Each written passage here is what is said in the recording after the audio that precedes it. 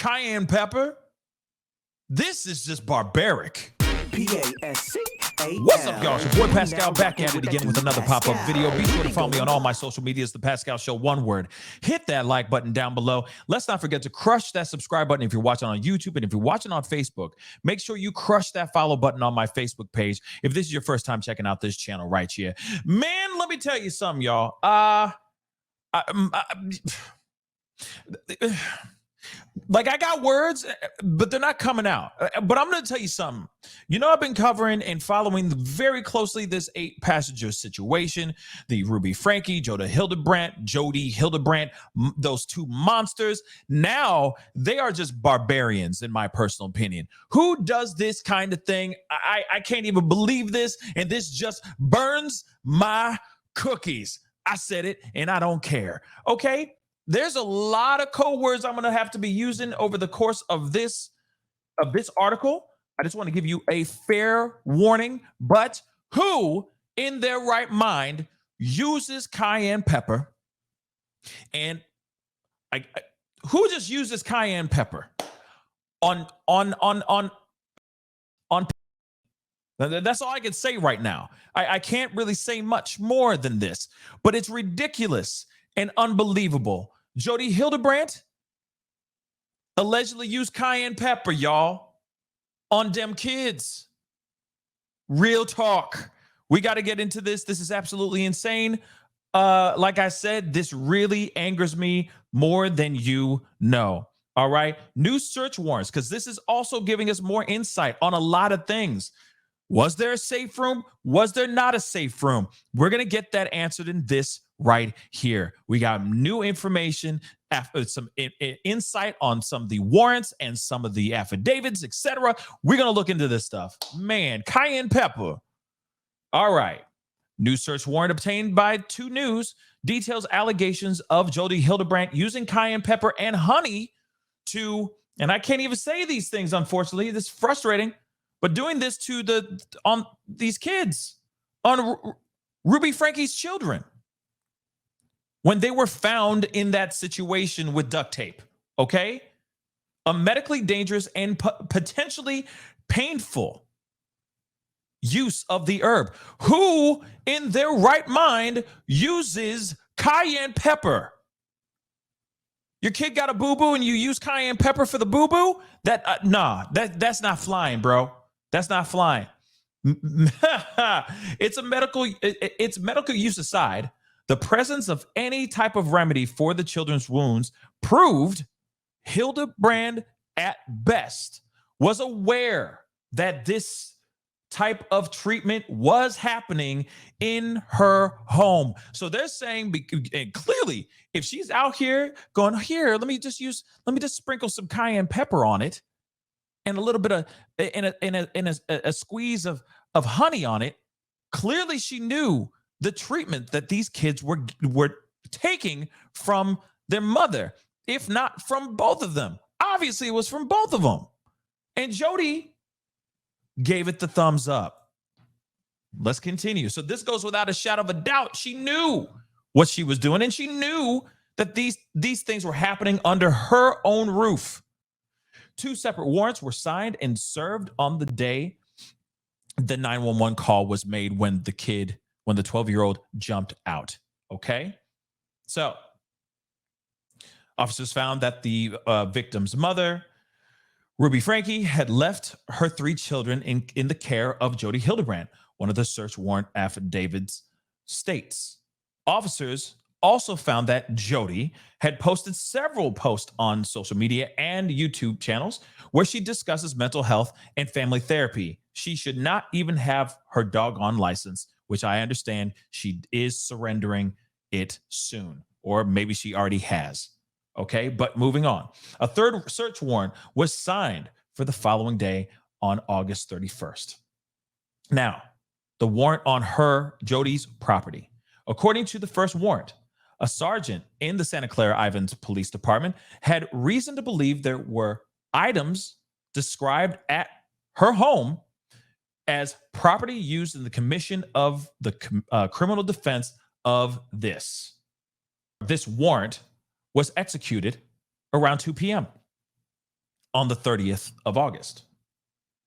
In a statement included in the affidavit for the search warrant, quote unquote, upon arrival, officers found that the 12-year-old boy was, well, he had duct tape. And he appeared to have not had a meal in a while because he was abnormally thin and weak. The affidavit continued to say that medical personnel removed this stuff and they found some hurt. The victim informed the officers and medical personnel that the wounds were from rope was used, y'all. All right. Which, of course, was establishing grounds for the search warrant.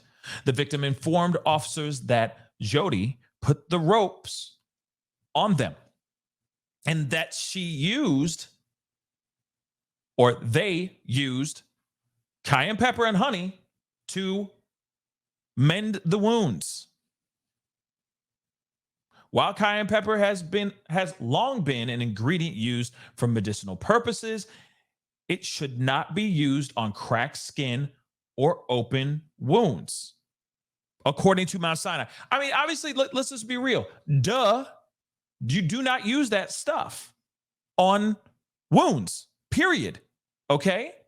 Do not apply capsaicin, sorry.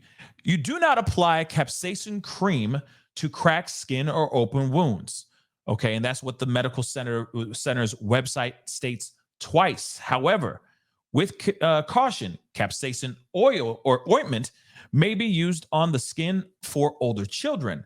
Do not use typical cayenne ointments for more than 2 days in a row for a child.